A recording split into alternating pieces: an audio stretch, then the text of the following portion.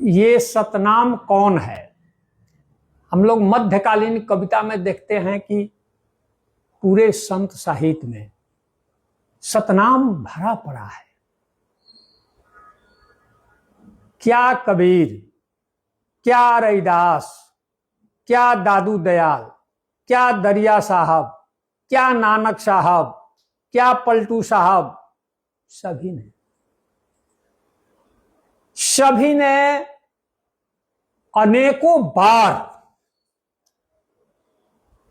सतनाम कहा है। अब ये सतनाम कौन है? बहुत सारे आलोचकों की यह धारणा है कि भाई संत साहित्य में कोई भी संत बुद्ध का नाम ही नहीं लेता है, और आप कहते जा रहे हैं कि रैदास, कबीर, दादू ये सभी श्रमण परंपरा के कवि और संत थे, अब बुद्ध का नाम ही नहीं लिए। असल में चाबी जो है ना वो गुम हो गई है। चाबी आपको दे रहा हूं, वहां से इनकी कविताओं को खोलिएगा, तब आपको लगेगा कि संत साहित्य के हर कवियों ने अनेकों जगह पर बुद्ध का नाम लिया है। बुद्ध के तो भाई कई नाम हैं। जो व्यक्तित्व जितना ही लोकप्रिय होता है उसके नामों की संख्या बढ़ते जाती है। बाद में भी उनके श्रद्धालु श्रद्धावश नाम रखते जाते हैं। अमर सिंह ने बहुत सारे नाम बताए हैं तथागत बुद्ध के। बहुत सारे राजाओं ने तथागत बुद्ध के नए नए नाम दिए हैं। जो उनके गुण थे, जो उनकी विशेषताएं थी तथागत बुद्ध की, उस आधार पर बहुत सारे नाम पड़े। मुनींद्र, सुगत, तथागत,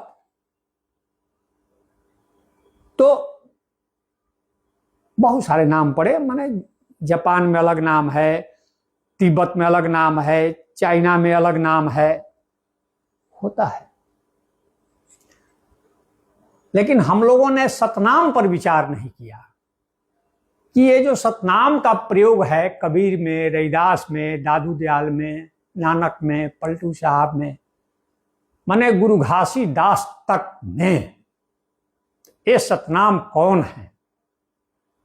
आप पूरे इतिहास को या पूरे पौराणिक कथाओं को बहुत ध्यान से पढ़िएगा। सतनाम एक ही व्यक्ति का नाम है, और वो व्यक्ति हैं तथागत बुद्ध।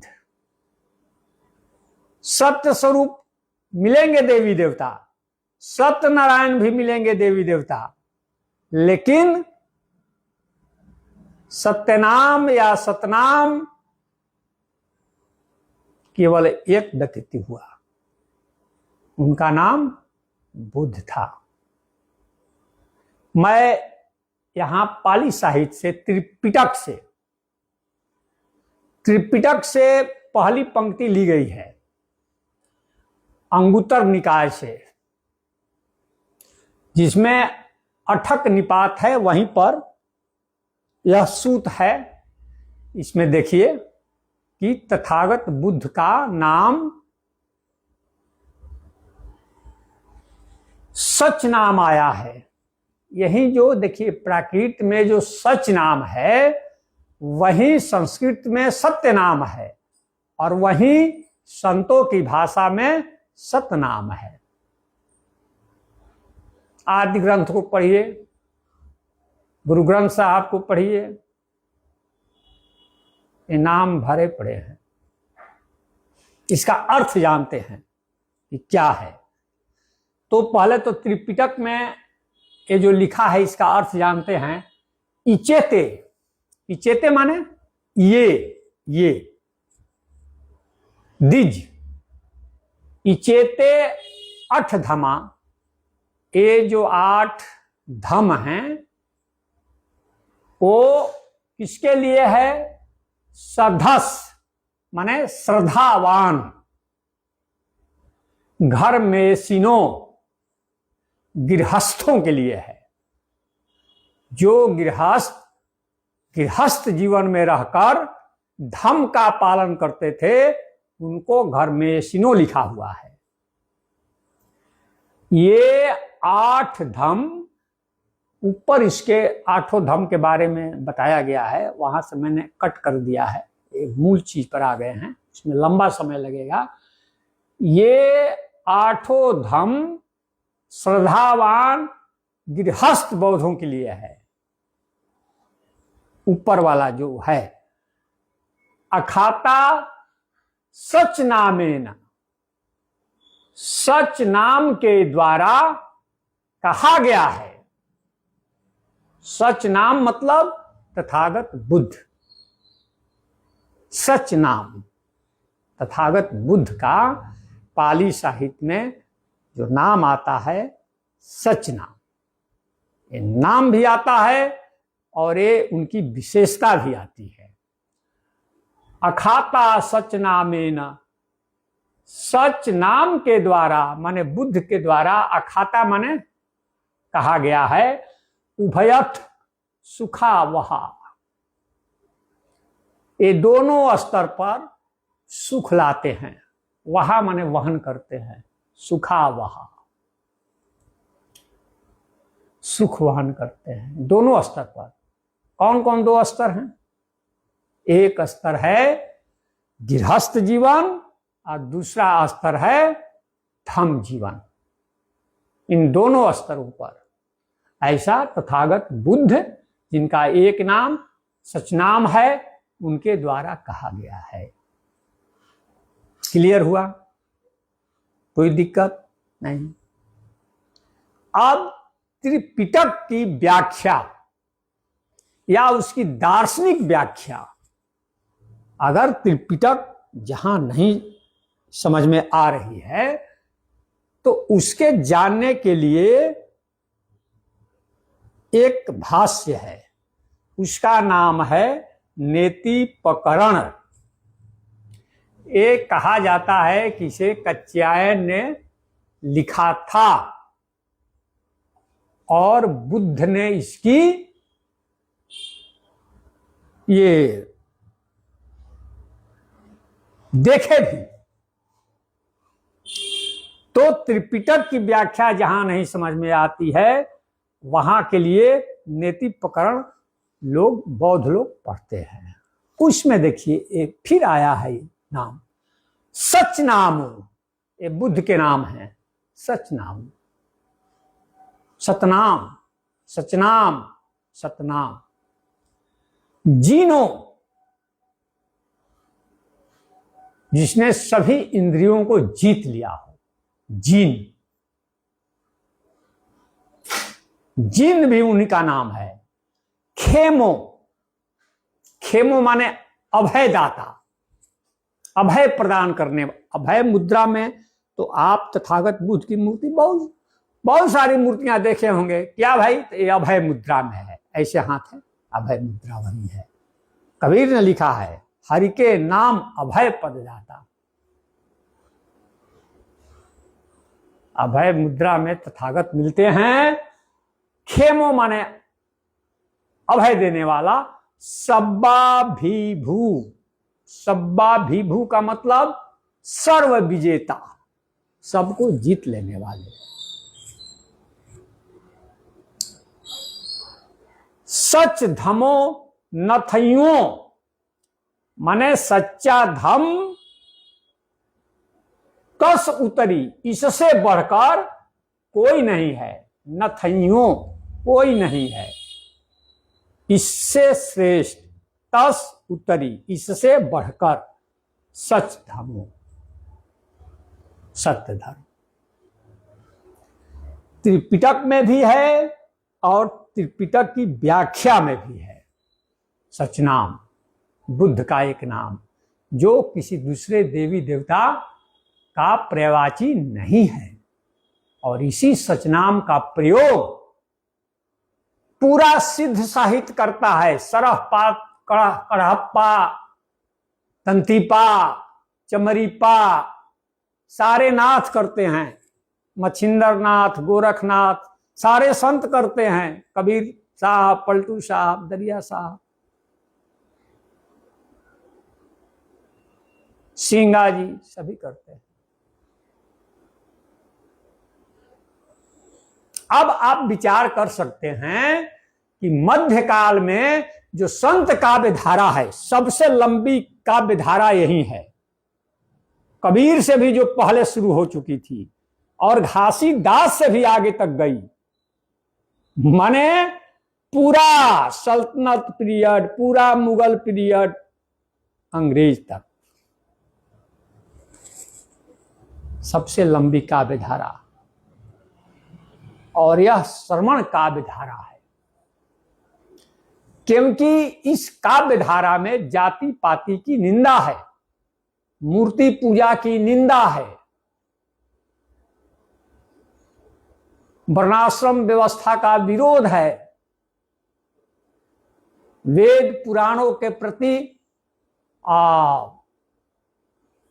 सही धारणा नहीं है कि ये सब हमको मुक्ति देगा। ये तमाम, तो ये जब अवतारवाद का विरोध है, पत्थर पूजने का विरोध है, सब कुछ है, तो फिर कौन धारा हुई है? जब इनका विरोध हो गया तो धारा कौन हुई? सभी मनुष्य समान हैं, यही तो श्रमण काव्य धारा है। नेक्स्ट जरा दिखाइए। तो सतनाम का प्रयोग मैंने कहा कि कबीर ने किया है। देखिए, ये बेल्वेडियर प्रेस जो सबसे पहले कबीर की ग्रंथावली आधुनिक काल में छापा था इलाहाबाद का, वहीं से मैंने लिया है, कबीर साहब की शब्दावली भाग 2 से। अब देखिए, सतनाम, सतनाम जाके धन होई, जिसके पास सतनाम है, सतनाम रूपी धन है, सोना चांदी नहीं, धन जीवन ताही को सोई, वही जीवन धन्य है जिसके पास तथागत है। अब पहली बार ऐसी व्याख्या है तो आपको अटपटा लगेगा, बहुत डॉक्टर साहब आप तोड़ मरोड़ कर रहे हैं, समय लगेगा, हो सकता है 50 साल लग जाए, 100 साल भी लग सकता है, लेकिन यह बात बाद में स्वीकार की जाएगी।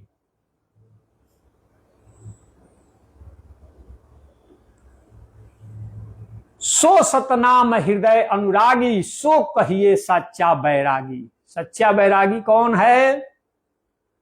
जिसके हृदय में सतनाम है। याद कीजिए, सतनामी जो सतनाम पंथ बना था नारनौल में, हरियाणा के, औरंगजेब के जमाने में बिरभान ने बनाया था, और विद्वानों का मत है कि उनके पहले जोगीदास, उदादास, 3 लोगों का नाम आता है, जिन लोगों ने औरंगजेब के खिलाफ विद्रोह किया था। वो सतनाम पंथ के लोग वैरागी कहे जाते थे, जिसे इतिहासकारों ने तिरस्कार स्वरूप मुंडिया कहा है। मुंडिया माने मुड़ा लेने वाला, बाल, बाल जो मुड़ाते थे, मुंडिया। इसीलिए एक जगह बिरभान को भिक्षु लिखा हुआ है। सतनाम जो पंथ है, तो एक सतनाम पंथ हम लोग देखते हैं नारनौल में, हरियाणा के, जिसके मुख्य नेतृत्वकर्ता वीरभान थे। दूसरा सतनाम पथ देखते हैं हम लोग उत्तर प्रदेश के बाराबंकी में, और उसके प्रणेता थे कौन? जगजीवन दास। और तीसरा हम लोग देखते हैं 19वीं सदी में, कहां से? छत्तीसगढ़ में, बेलौदा बाजार, जहां के गुरु घासीदास हुए, जिनके नाम पर छत्तीसगढ़ सरकार ने बाकायदे एक विश्वविद्यालय का नामकरण ही किया है, गुरु घासीदास विश्वविद्यालय। तो सतनाम पंथ की स्थापना एक 17वीं सदी में हुई, एक 18वीं सदी में हुई और एक 19वीं सदी में भी हुई, जिसमें गुरु घासीदास थे। ये सब ध्यान से सुनिए और ध्यान से समझिए। ये सतनाम पंथ जो है ना, ये बिल्कुल बुद्धिस्ट पंथ है। आगे हम कभी अगले एपिसोड में 2 चीज की मैं चर्चा करूंगा। एक, हमारे यहां धामी संप्रदाय हुआ मध्यकाल में, उसके प्रणेता थे प्राणनाथ, जिनको बुद्ध का अवतार ही घोषित कर दिया गया। प्राणनाथ को, वो जामनगर में गुजरात में रहते थे और उसी धामी संप्रदाय में महात्मा गांधी जी की मां जन्मी थी। फिर से पढ़िएगा, इस पर चर्चा बाद में मैं करूंगा। नहीं आवे नहीं जाए सो प्राणी, जो नहीं आएगा और जो नहीं जाएगा, आवागमन से मुक्त। यही तो तथागत बुद्ध ने कहा है, नहीं आवे नहीं जाए सो प्राणी सत्य नाम की यही गति जानी। जो सतनाम की गति को जान गया, बुद्ध को जान गया, वह आवागमन से मुक्त हो गया, आवागमन से मुक्त हो गया। यही तो तथागत बुद्ध कहते हैं, नहीं आवे नहीं जाए सो प्राणी। कबीर साहिब की शब्दावली भाग 2। मैं ज्यादा कवियों का एग्जाम्पल नहीं दूंगा, वीडियो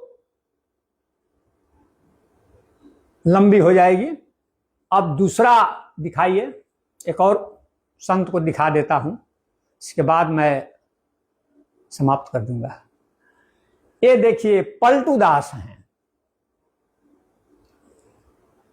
नग जलालपुर जन्म भयो है, बसे अवध के खोर, अवध प्रांत के थे। कहे पलटू प्रसाद हो भय जगत में शोर। बनिया थे, बड़ी ख्याति थी इनकी, इतनी ख्याति थी। इन पर तो ओशो ने लिखा भी है। इनको कहा जाता है कि अयोध्या में जिंदा जला दिया गया।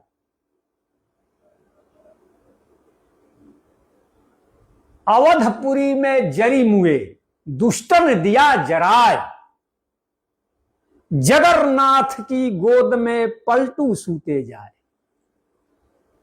इस पर अलग से व्याख्या करने की जरूरत है, तब पता चलेगा कि अयोध्या बौद्ध नगर था। केवल इस एक लाइन की व्याख्या से पता चल जाएगा। अवधपुरी में जरी मुए, दुष्टन दिया जराय, दुष्टों ने जला दिया। 1000 साल के इतिहास में पलटू साहब ऐसे कवि हैं, इनको दूसरा कबीर कहा जाता है हिंदी साहित्य में। ऐसे कवि हैं जिनको जिंदा जला दिया गया था। कबीर की भाषा बोलोगे तो ये होगा ही। तो उनकी ये वाणी है। अब जगन्नाथ वहीं थे अयोध्या में, जगन्नाथ की गोद में पलटू सूते जाए। अवध में थे, अयोध्या में थे। जगन्नाथ केवल पुरी में नहीं, अयोध्या में भी थे। और जगन्नाथ कौन है ये बताने की जरूरत नहीं है।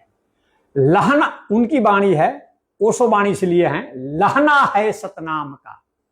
लहना क्या है, ये भोजपुरी बेल्ट के लोग ज्यादा जानते होंगे।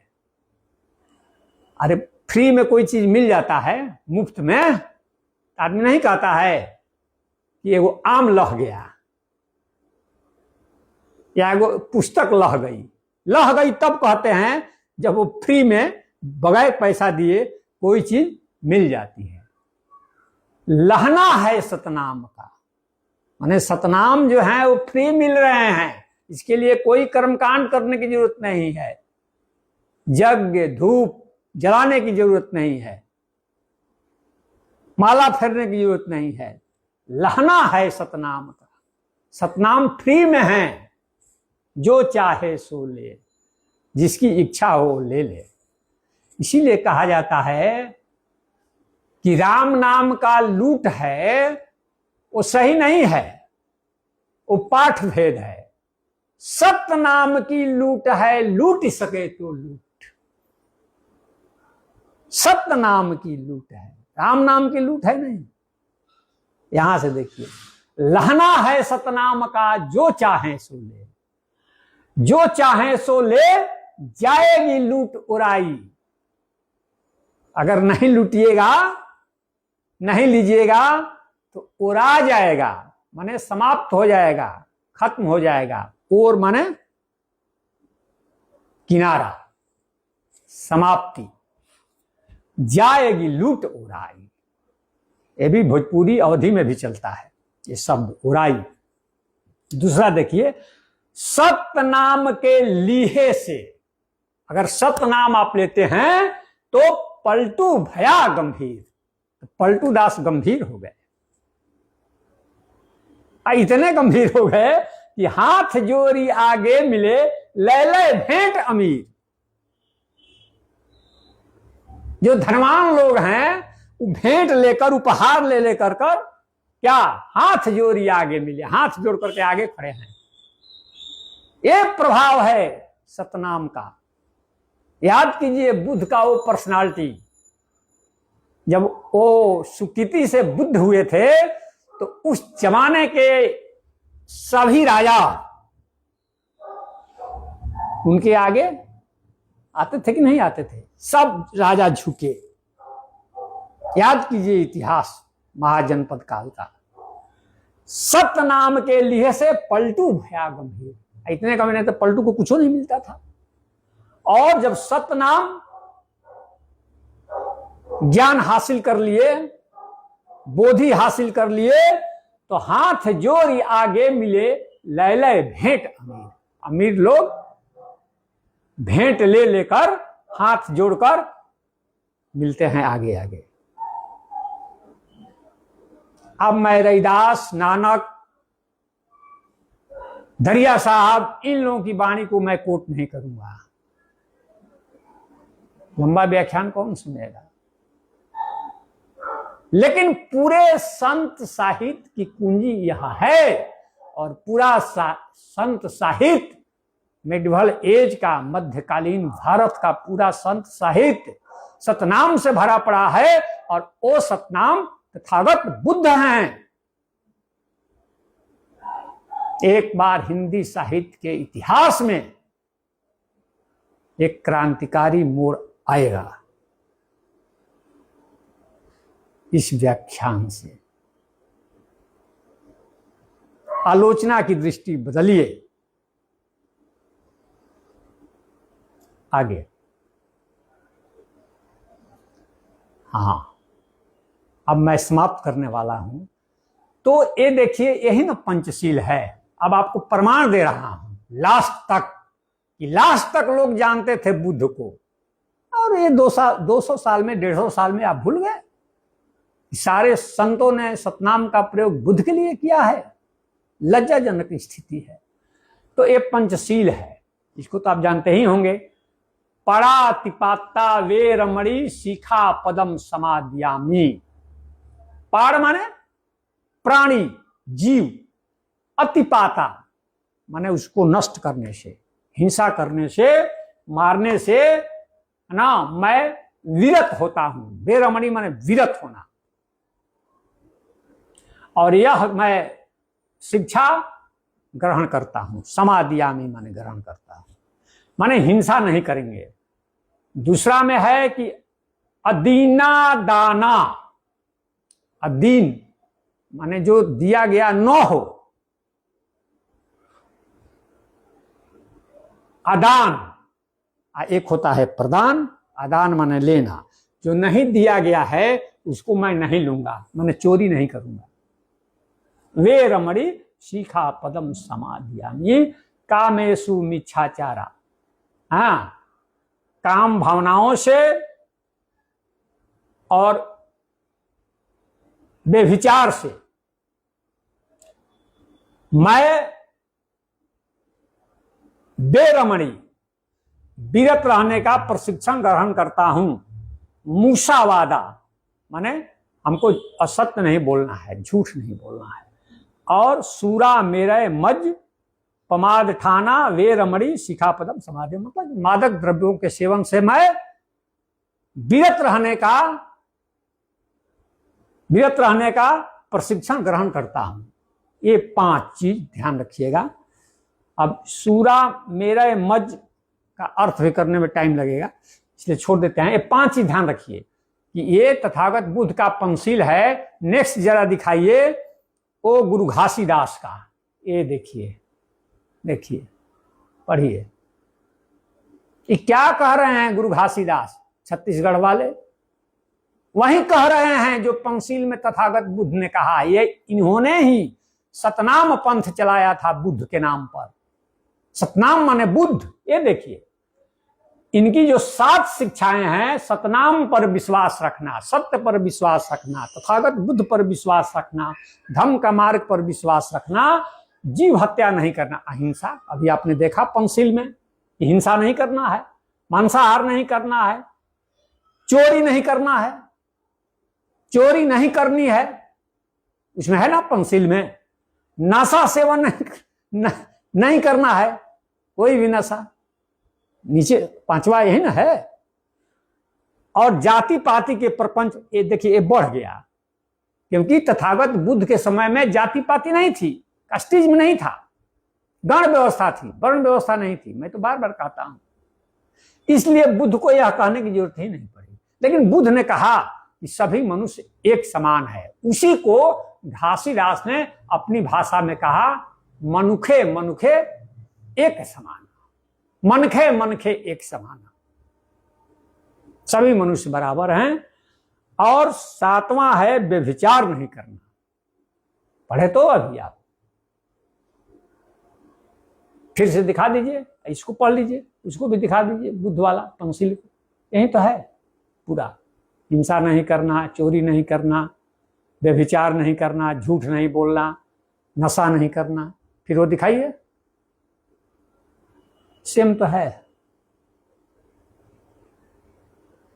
यहां से यह साबित होता है कि जो गुरु घासीदास का सतनाम पंथ था, वो तथागत बुद्ध की थ्योरी